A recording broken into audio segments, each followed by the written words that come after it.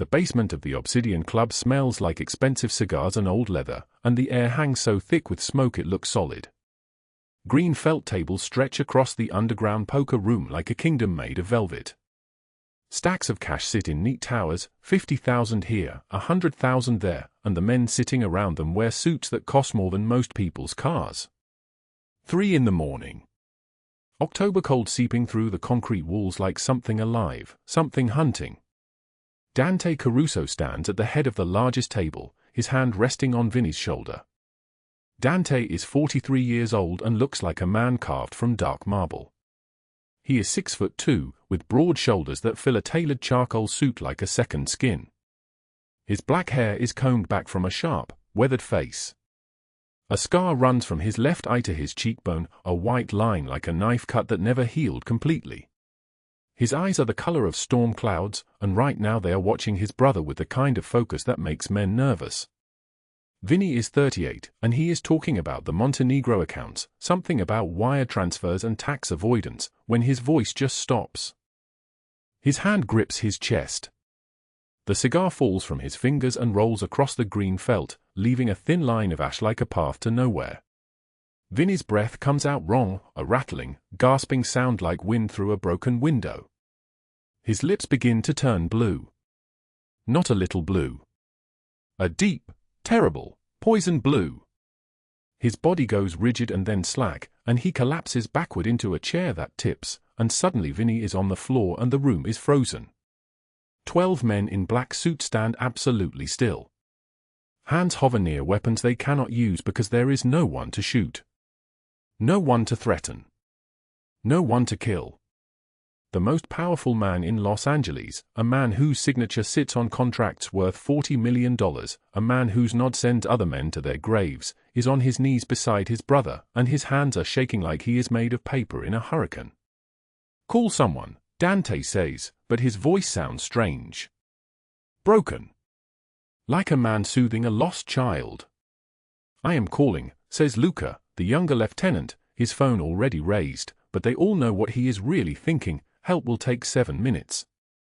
Vinny does not have 7 minutes. The doors to the poker room are heavy wood reinforced with steel.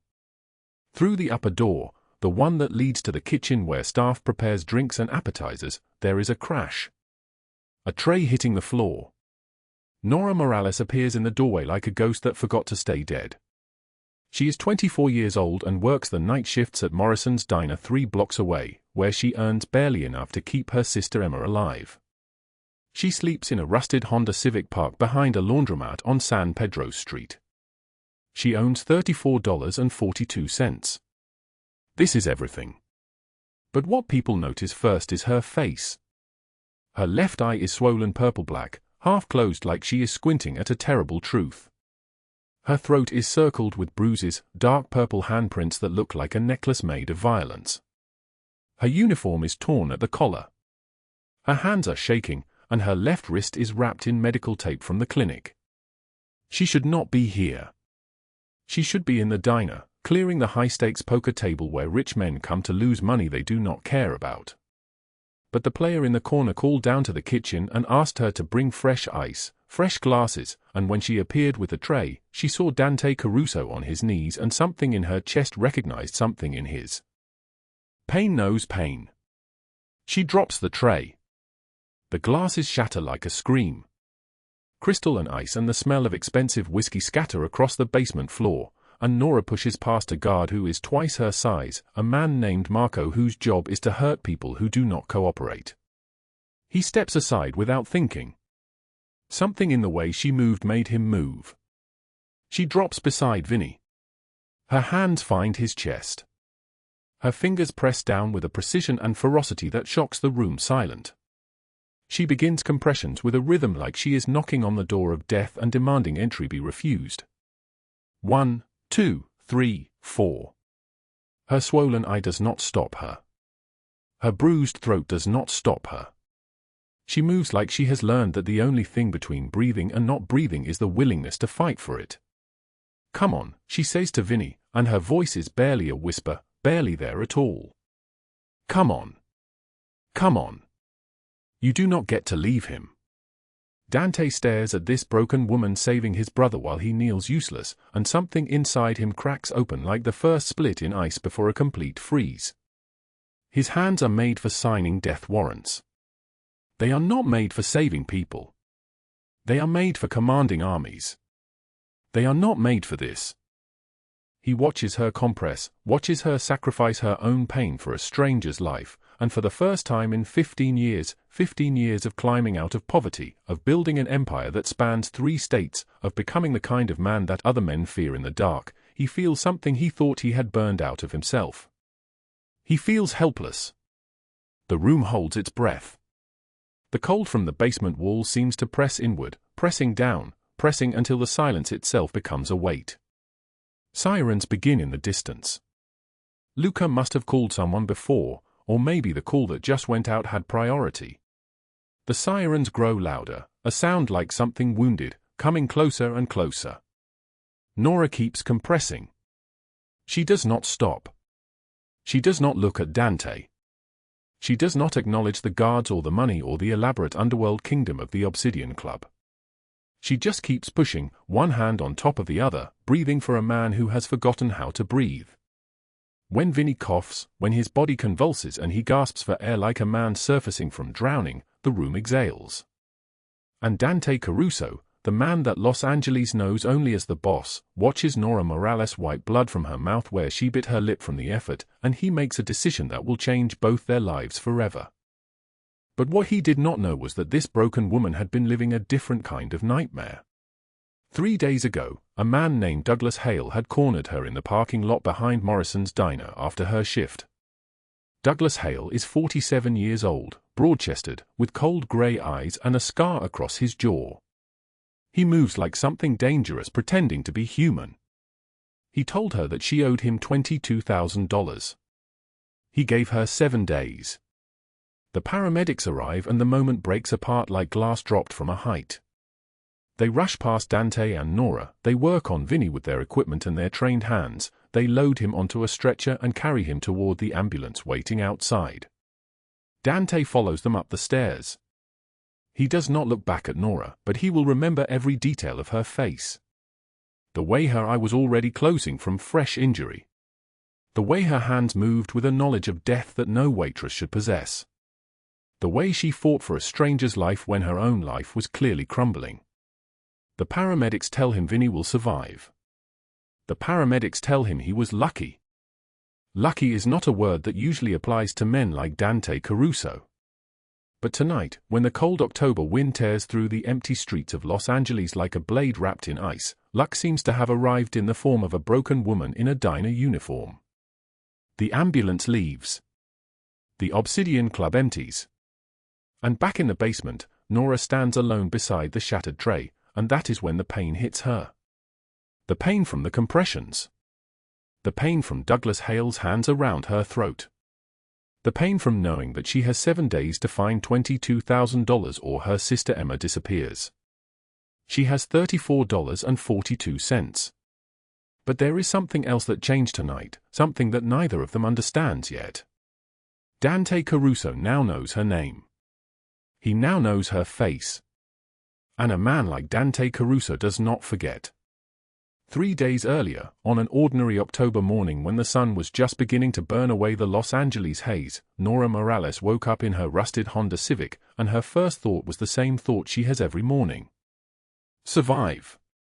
The October wind cuts through Los Angeles like a blade wrapped in ice, and Nora Morales wakes in the backseat of a 1998 Honda Civic, her breath visible in the frigid air like small ghosts escaping her mouth.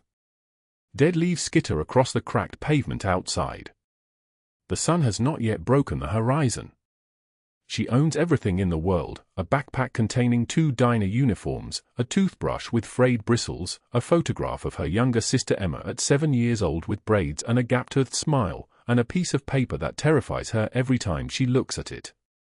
An eviction notice. 12 days remaining. Stamped in red ink. Final notice. She does not lie there long. Lying still means thinking. Thinking means remembering. So Nora sits up, her spine cracking against the cold vinyl seat, and she reaches for her shoes. For blocks away, The 24-hour gas station bathroom smells like bleach and human desperation. Nora fills the sink with water so cold it makes her teeth ache, and she washes her face using the thin bar of soap she keeps in her backpack. Her hands are raw from the scalding water of the diner. Her nails are broken. There is a callus on her right palm the size of a coin from gripping the coffee pot handle shift after shift. She looks at herself in the mirror, dark eyes, sharp cheekbones, black hair pulled back so tight it pulls at her temples. She looks like someone who has not slept properly in months. That is because she has not slept properly in months. She changes into her diner uniform in one of the bathroom stalls. The polyester is thin and stained at the hem.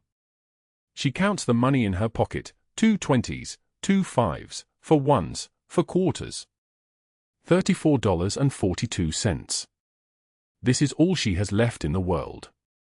Mel's Diner sits on 5th and Alvarado, a place with cracked vinyl booths that stick to your legs in summer and fluorescent lights that hum so loud you feel the sound in your teeth. The tile floor is black and white checkered and never quite clean. The smell of grease and burnt coffee hangs permanent in the air, coating everything like a second skin.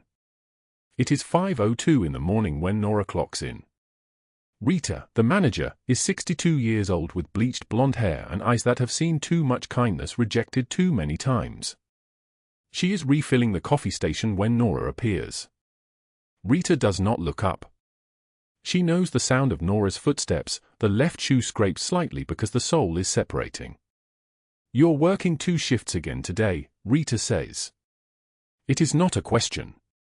"I need the hours," Nora says. Rita finally turns. She looks at Nora's face, at the way she is breathing, at the tremor in her hands as she ties her apron. Something in Rita's expression cracks. She has known Nora for 14 months, and in that time Nora has never asked for anything. She has never called in sick. She has never complained. She has simply shown up, early, and worked until Rita told her to leave. "When did you last sleep?" Rita asks. Nora is already moving toward the dining room. "I'm fine." "You're not fine." "Nora, sit down for a second." But Nora is already gone, already approaching the first table of the morning, already smiling the smile that cost her so much effort to maintain. An elderly man sits alone in the corner booth, the same booth where he sits every Tuesday, Wednesday, and Thursday at 6 in the morning. His name is George. He orders 2 eggs, toast, black coffee. He leaves $2 for a $14 check.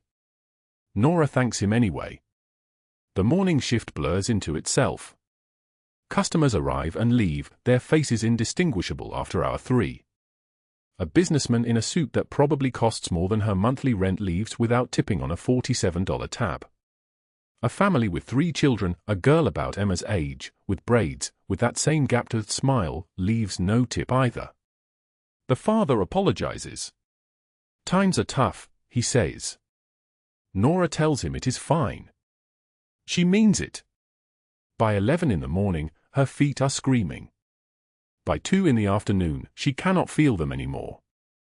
At some point between the lunch rush and the early dinner crowd, she realizes she has not eaten.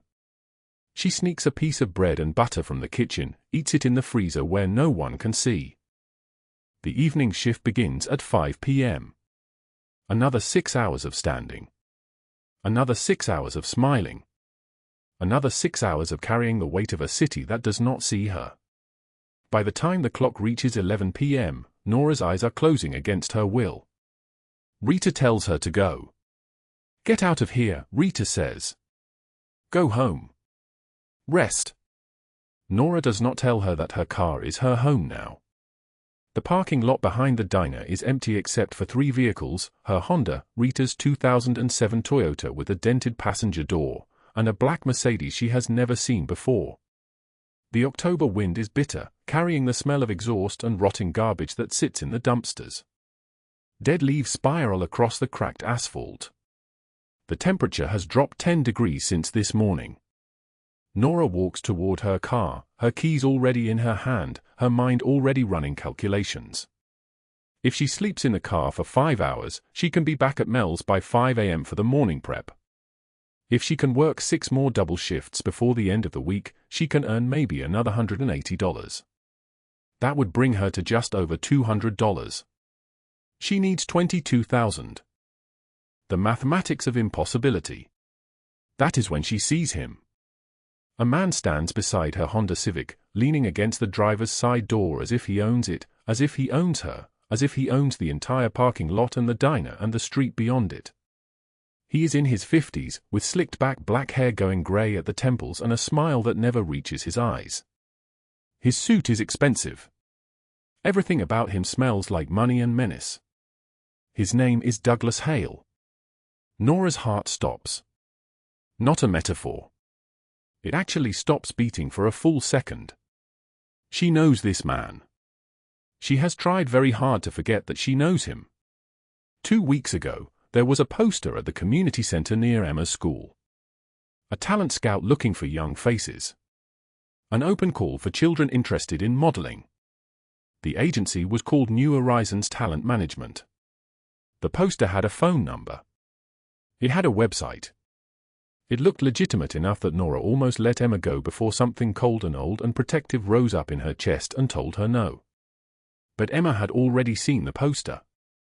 Emma had already told her friends about it. And then there was a knock on their apartment door, before the eviction, when they still had an apartment, and it was Douglas Hale, smiling that same smile, telling them about a special event at the community center, a chance for Emma to audition, no charge, no obligation. Just a chance. Nora had said no then. Douglas did not take the rejection well. Now he is standing in a dark parking lot at 11 p.m. beside her car, and his smile is the same smile, and Nora understands with absolute clarity that her life is about to change. "Hello, Nora," Douglas says. His voice is calm. Almost friendly. "I've been looking for you." Every instinct tells her to run. But he is between her and the street. Behind her is the diner, and Rita, and witnesses. Forward is the only direction that makes any sense. Nora walks toward her car anyway, her keys gripped so tight they cut into her palm.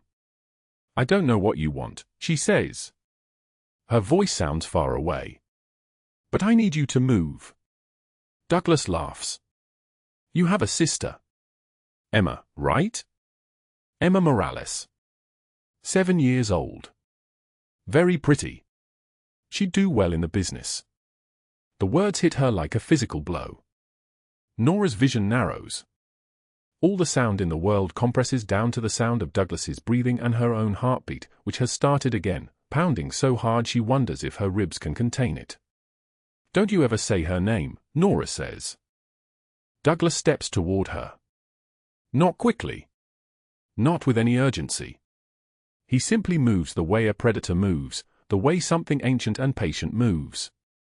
His cologne hits her, expensive, sickly sweet, suffocating. He is inches from her face now. "You owe me $22,000, he says. "Protection fee. For your sister's safety. For her continued existence in a world that is very interested in what she looks like." "I don't have that money," Nora says. "I have nothing. I sleep in this car. I have $34. Douglas grabs her by the throat. His hand is not a hand anymore. It is a vice made of meat and intention. It cuts off the air in her lungs like someone has switched off a switch inside her body. She cannot breathe. She cannot scream. She cannot do anything but claw at his wrist and feel her vision tunnel down to a pinpoint of light. He punches her across the face. Once. That is all it takes. Pain explodes across the left side of her head. She feels her eye swell immediately, swelling so fast that her vision blurs in that eye within seconds. She tastes blood. Copper and salt and the taste of every bad decision that led her to this parking lot at this moment with this man's hand still wrapped around her throat. Then he releases her. She falls to the pavement. Her knees hit concrete. The impact sends lightning through her bones. She gasps for air, and the air burns her throat. She touches her face with shaking hands and her hands come away wet. Douglas stands above her, straightening his suit jacket with the same calm he used to order coffee in a cafe. 7 days, he says. $22,000. Or Emma goes into the inventory. He walks away, his footsteps echoing across the parking lot. Nora lies on the cracked pavement, her breath ragged, her eye closing, her hands shaking so badly she cannot make them still. The October wind blows dead leaves across her body. She lies there and she understands, with the kind of clarity that only comes from absolute terror, that she has 7 days to save her sister. She has $34.42. The mathematics of impossibility has become the mathematics of her life. Nora sits alone in the emergency room waiting area at 2 in the morning, holding an ice pack to her swollen eye. The fluorescent lights buzz overhead like angry insects. Her reflection in the dark window shows a woman who barely recognizes herself. The left side of her face is a map of purple and black, handprint bruises encircling her throat like a colonnade of violence. Her diner uniform is torn at the shoulder. There is blood dried on her collar.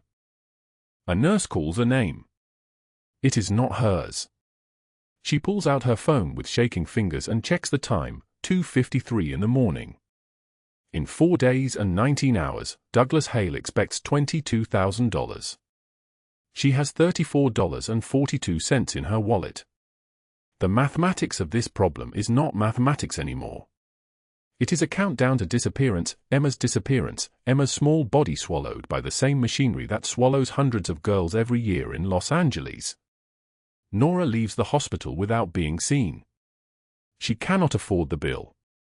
She cannot afford anything. The Honda Civic coughs to life in the parking lot and she drives toward the warehouse address Douglas gave her, one eye nearly swollen shut, her hands trembling on the wheel so badly that the car drifts between lanes. The October night is cold and dry. Dead leaves skitter across the asphalt like skeletal fingers. She has been awake for 22 hours. She has not eaten. She has not stopped shaking since Douglas released her throat. The warehouse is 40 minutes away. The Honda makes it 35 miles before the engine screams. The sound starts as a grinding, then becomes a shriek, then becomes nothing. The car coasts to the shoulder of the empty highway, smoke pouring from under the hood like the thing is burning from the inside out. Nora sits in the driver's seat with both hands gripping the steering wheel, staring straight ahead. The radio dies. The lights die. Nothing is left but the October wind and the sound of her own ragged breathing. She steps out onto the asphalt shoulder where no cars pass. No headlights. No civilization. Just darkness that stretches for miles in every direction. She opens her wallet again, though she has already counted the money 4 times. $34. This is everything. This is her entire life compressed into crumpled bills. At 11:43 in the evening, headlights appear in the distance. They grow brighter and brighter until she realizes there are not one set of headlights. There are many. 3 black SUVs moving in perfect formation like a school of sharks, moving together through the darkness with the kind of coordination that comes only from training. They slow as they approach. They brake. Doors open and 6 men step out, and Nora knows immediately, in the part of her that recognizes predators, that these are not normal men. These are dangerous men. They wear dark suits despite the late hour. They move with the controlled confidence of people who have done this 1,000 times before. And stepping out of the center SUV is a man so tall and broad-shouldered that he seems to displace the air around him. He wears a black coat that probably costs more than her Honda was worth when it still worked. His dark hair is silvered at the temples. His face is scarred, a thin line running from his left eye down to his cheekbone. He moves toward her with slow, deliberate steps, each one controlled, each one calculated. Vinny, the first lieutenant, steps forward immediately. His hand goes to his jacket. "Boss, we should go." Could be a setup. But Dante Caruso does not move. He is staring at Nora's face in the highway headlights. He is staring at the swollen eye, the handprint bruises on her throat, the dried blood on her lip. He is staring at a particular kind of terror he recognizes from childhood, from lying in a closet in a one-room apartment in South Los Angeles, listening to his father's fists connecting with his mother's body, night after night after night, while she screamed and pleaded and begged for mercy that never came. He was 8 years old the night he understood that mercy does not exist in this world. Mercy is something people invent to make themselves feel better about their weakness. "Get her in the car," Dante says quietly. His voice cracks on the last word. Cracks like glass under pressure. Vinny stares at him. "Boss?" "Now." Dante's voice is no longer quiet. It is a blade wrapped in ice. Luca, the second lieutenant, moves instantly toward Nora. She flinches away from him, but her body is too damaged, too broken. When he reaches for her arm, she gasps in pain. He catches her before she falls to the asphalt, lifting her with surprising gentleness for a man built like a freight car. Dante kneels on the highway shoulder, the most powerful man in Los Angeles rendered helpless by a woman he has never met, and whispers something into the dark that only she can hear. His hands that have signed execution orders, hands that have orchestrated violence across entire neighborhoods, are shaking. "You're safe now," he says. But he is lying, because neither of them is safe from what is about to be set into motion. The safe house is 30 minutes away, hidden in the hills above Los Angeles in a property that does not officially exist. Nora wakes in a bed with sheets so soft they feel like apology. Sunlight moves across cream-colored walls. The air is warm. For the first time in months, she is not cold. Pain screams through her ribs when she sits up. Her breath comes in short gasps. The door opens and Dante enters carrying a glass of water and a bottle of painkillers. He looks like he has not slept. His shirt is unbuttoned at the collar, sleeves rolled to his elbows. The scar on his face is more visible in daylight. "Where am I?" Nora's voice is barely a whisper. Her throat is raw from Douglas's hands. "My safe house. Doctor checked you this morning. Cracked rib, concussion, severe bruising." He sets the water on the nightstand, and his hand lingers there for a moment before he pulls it back. "You passed out on the highway.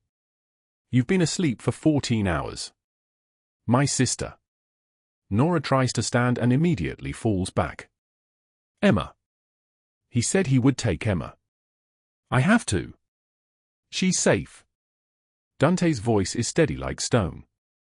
"She's downstairs. She's safe because my men brought her here before Douglas Hale even knew you were gone. She's sleeping on the couch with a stuffed rabbit she would not let go of." Nora stares at him. "Who are you?" "Someone who understands what it's like to be alone," he answers. "Take the painkillers. Rest. We'll talk when you can." But she does not rest.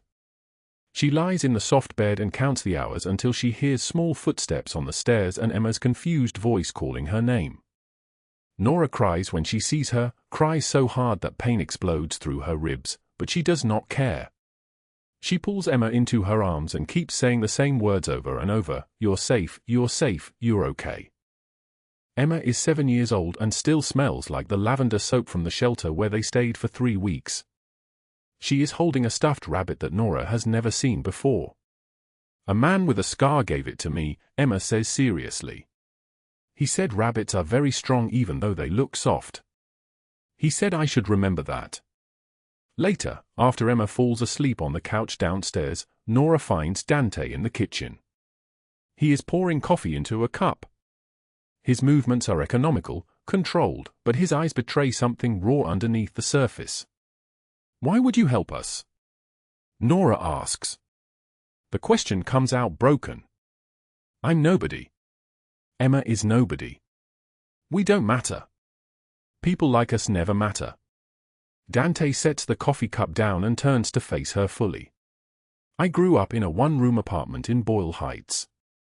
My father was a construction worker with a rage problem that got worse every night.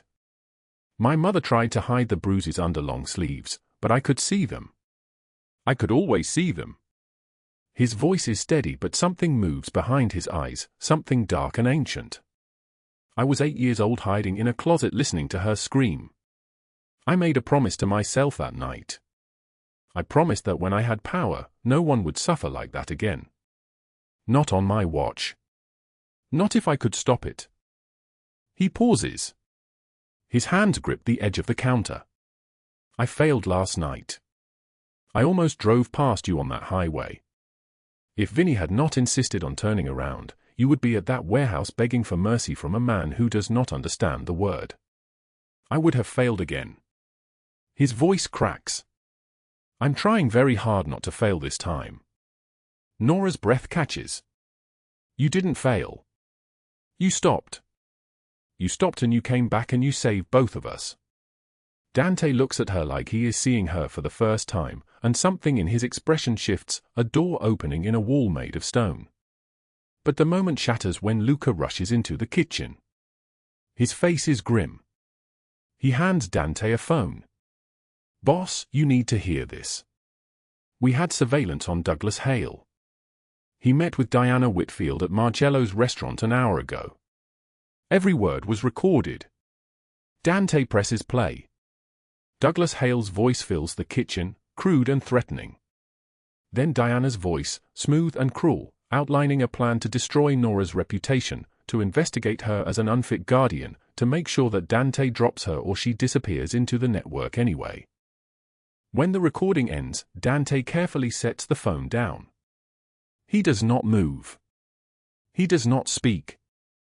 His entire body has gone very still, like a predator recognizing prey. Get the teams ready, he says quietly to Luca. I want every location. Every operation. Every name connected to Diana Whitfield's network.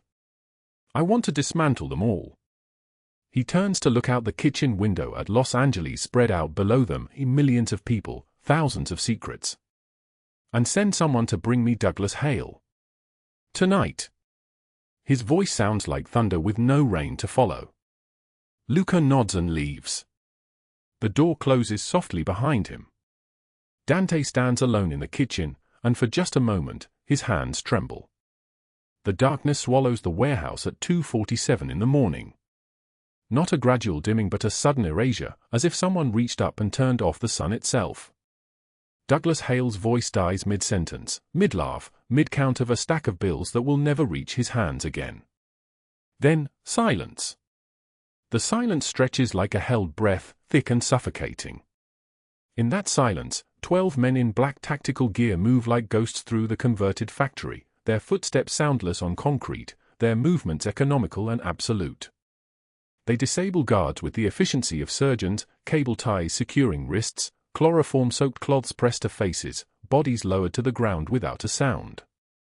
No gunfire. No drama. Just the methodical erasure of resistance. The lights flicker back on. Douglas Hale is surrounded. He stands frozen next to shipping container 47, which holds 8 women waiting to be transported to destinations unknown. The money in his hands falls to the floor in scattered bills, green confetti for a celebration no one attends. Dante Caruso walks into the warehouse wearing black. Not the tailored black of evening wear but tactical black, a bulletproof vest over his chest, his dark eyes flat and empty as a shark's. At 6'2", broad-shouldered and moving with the precision of a general surveying a conquered battlefield, he commands the space simply by existing in it. Behind him, Vinny and Luca flank him like shadows given form. Douglas's survival instinct screams. He runs. Luca catches him in 4 strides, not even running, just walking faster, and slams him against the cold steel of the shipping container with enough force to drive the wind from his lungs. Douglas's head cracks against metal. Blood streams from his temple. Please, Douglas gasps, collapsing to his knees, trembling like a cornered animal, like a creature that suddenly understands the difference between a hunter and hunted. His hands shake. His voice cracks. I'll leave the city. I'll disappear. I'll transfer everything, the whole operation, I swear on my mother I'll. Dante kneels to eye level. His movements are measured, unhurried, terrifying in their calmness. When he speaks, his voice sounds like thunder with no rain to follow, like a blade wrapped in ice, like a man who has stopped negotiating with mercy. "You threatened a 7-year-old girl," Dante says quietly. "You put your hands on a woman under my protection. You photographed her sleeping and sent it as a threat." He pauses. Each word hangs separate and distinct in the warehouse air. Death would be too quick, too easy, too merciful. Understanding floods Douglas's face, not hope, but its opposite. The realization that he has crossed into territory where death is a mercy he will not receive. Dante stands. He nods once to Vinny. "Call the Volkov family," Dante says. "Tell them we have a gift." Douglas's face goes white. The Volkovs are not a name that appears in police reports or newspaper articles. The Volkovs are a ghost story that contractors whisper about in parking garages, a rival operation known for making people disappear not quickly but slowly, systematically, in ways that stretch across weeks or months or years. People disappear to the Volkovs and the only confirmation anyone receives is the complete absence of them, no body, no contact, no closure. "Just gone." "No," Douglas whimpers. "No, no, no." Two men drag him toward a black van waiting outside, its engine already running. His screams echo through the warehouse, a sound like an animal in a slaughterhouse, raw and primal and utterly futile. The metal door slams. The engine roars. The van pulls into the Los Angeles night and Douglas Hale becomes a ghost story waiting to be whispered. Within the warehouse, Dante's crew moves through the shipping containers with gentle urgency, documenting everything, counting the women and children, taking their statements with the precision of men trained by crisis. One of the women has a daughter who cannot be older than 5. She holds the child close and watches Dante with an expression that hovers between fear and something else, the faint, impossible recognition of mercy arriving too late to undo the damage but not too late to prevent future destruction. Dante walks to the office where he finds ledgers, financial records, photographs of victims, a shrine to cruelty maintained in meticulous detail. Everything goes into evidence bags. Everything will be documented, catalogued, and delivered to the federal agents who have been waiting since dawn for exactly this signal. The warehouse operation is dismantled in 3 hours and 17 minutes. By the time the sun rises over Los Angeles, 12 women and 4 children are being transported to emergency shelters. 12 men in tactical gear are dissolving back into the city like water returning to the ocean. And 1 man is already gone, handed over to people for whom mercy is not a currency they trade in. But the night is not finished. At 6:15 in the morning, FBI agents in dark jackets swarm the penthouse of Diana Whitfield on Wilshire Boulevard. They have a federal warrant signed by 3 judges. They have testimony from 12 victims. They have financial records, recorded phone calls, text message chains that form a web connecting Diana not to random acts of cruelty but to a systematic operation designed to destroy lives for profit. Diana answers the door in a silk robe the color of champagne, her blonde hair tumbling loose over her shoulders, her face arranged in the expression of someone who has never been told no by anyone with authority. Behind her, her penthouse overlooks the city like a throne room carved from glass and marble. "This is a mistake," she says when the first agent shows her the warrant. "My lawyers will."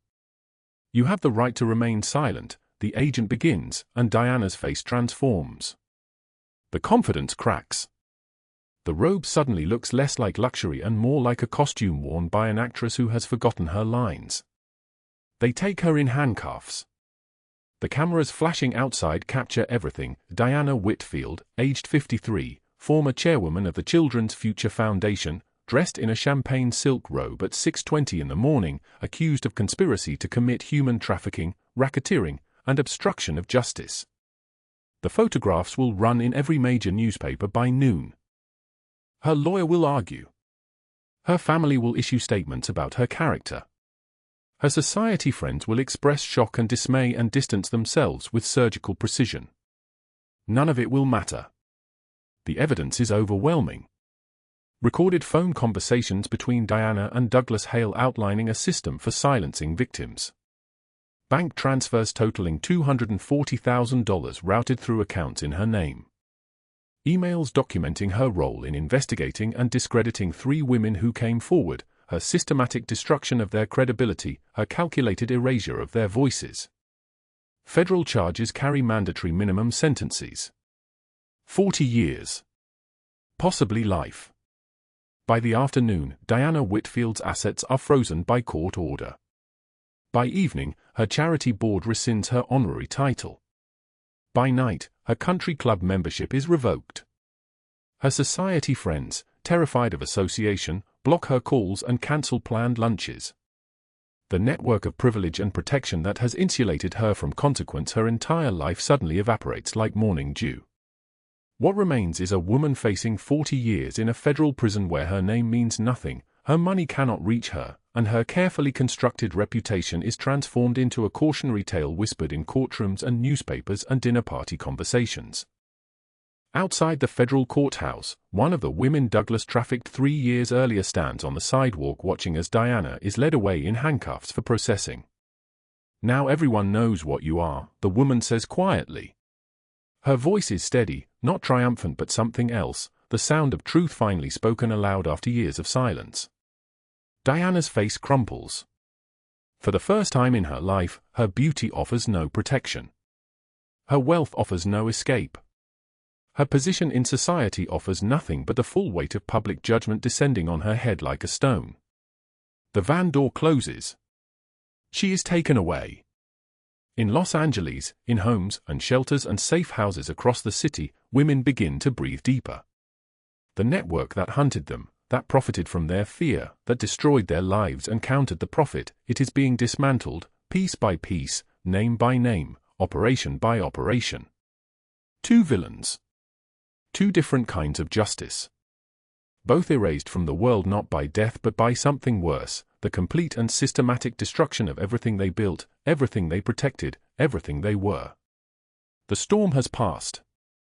The city below glitters in the morning light, indifferent and eternal, and somewhere in a penthouse apartment overlooking that city, a woman named Nora Morales wakes to find that the weight pressing on her chest has finally lifted.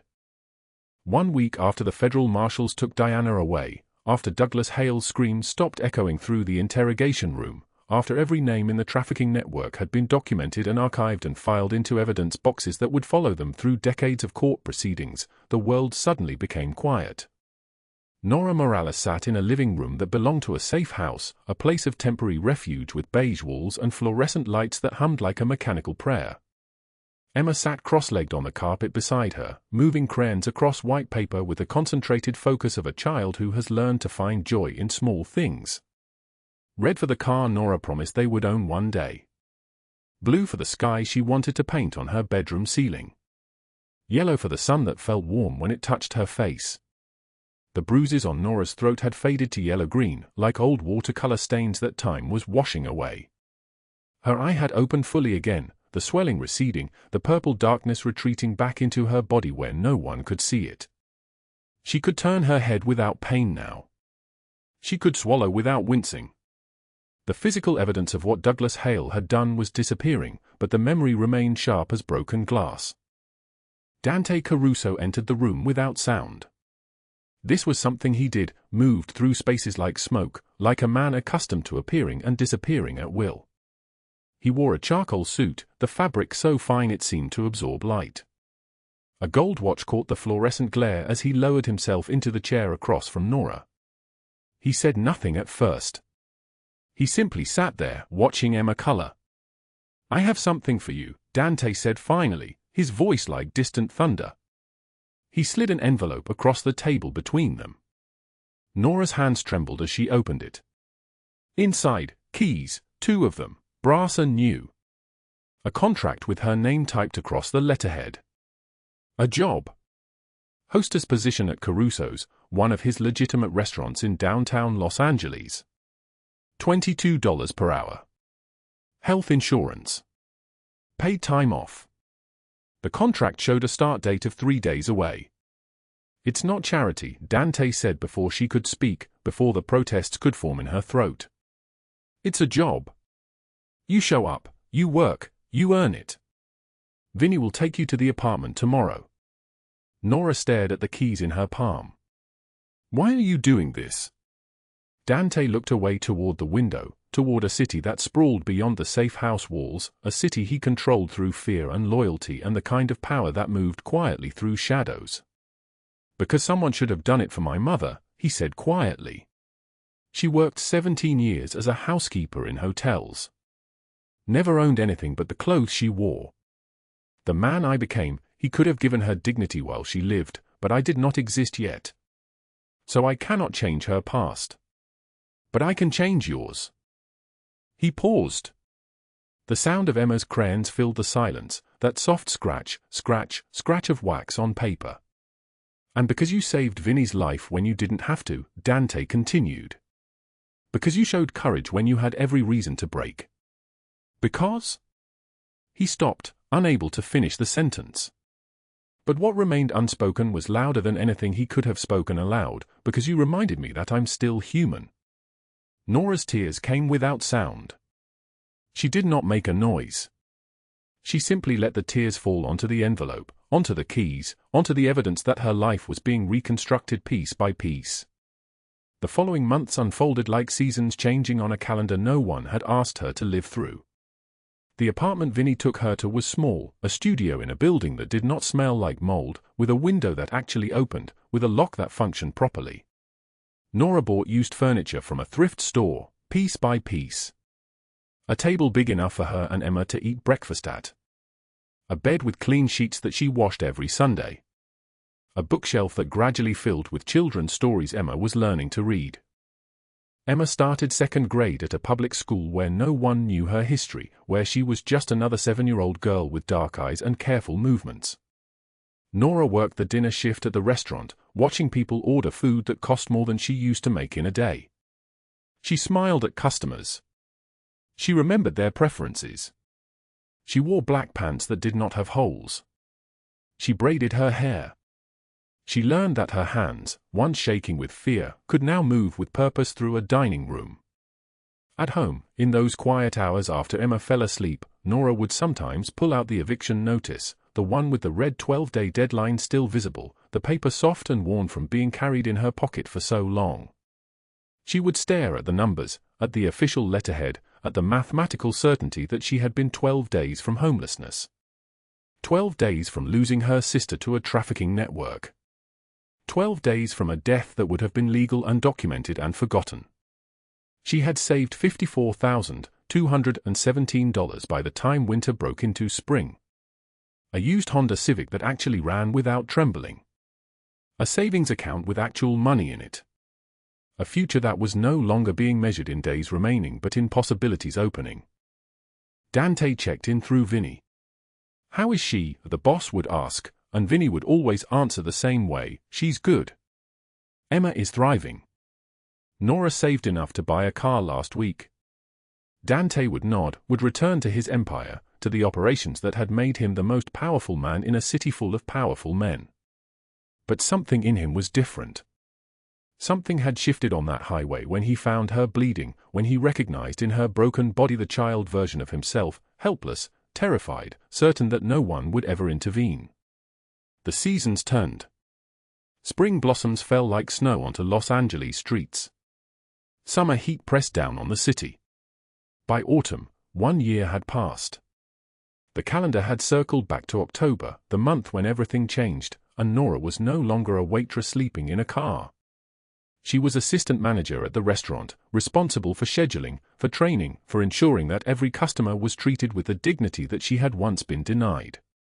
Her salary had increased twice. Emma wore new clothes that actually fit her. They had plans, real plans, to move to a larger apartment, to save for a house down payment someday, to build something that belonged only to them. One evening, as the dinner service was ending and the last customers were settling their bills, the restaurant manager approached Nora. "Someone is asking for you," the manager said. "Penthouse office upstairs." Nora's breath stopped. In 8 months, she had not seen Dante in person. She had heard his voice on one phone call, brief, businesslike, checking on Emma's health, but they had occupied different worlds. The penthouse was his world. The dining room was hers. This separation had been deliberate, she understood. A boundary. A protection. But now the elevator doors were opening, and Nora was stepping inside, and the numbers were climbing, 5, 10, 15, 20. The doors slid open to a space that took her breath away.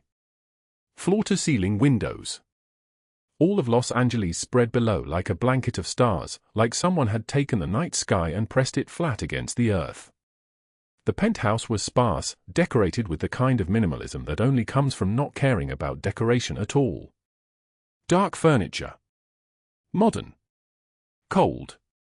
But the view made the cold feel necessary, like beauty required emptiness to exist. Dante stood at the window, his back to her, his silhouette framed against the city lights. He wore a dark suit. His silver watch caught the city's reflection. "You came," he said without turning. "You asked," Nora replied. He turned slowly. When he looked at her, something in his face changed, something that moved like a door opening in a building that has been sealed for years. "That night on the highway, when I found you bleeding and terrified with $34 in your pocket and a sister's life as collateral," Dante began, his voice cracking slightly in the middle, "something in me broke open. I've built this empire. I've made men disappear with a phone call. I've controlled this city through fear and loyalty and the kind of power that moves through shadows. But I couldn't control what I felt when I looked at you. I recognized myself, the helpless version, the version before power existed."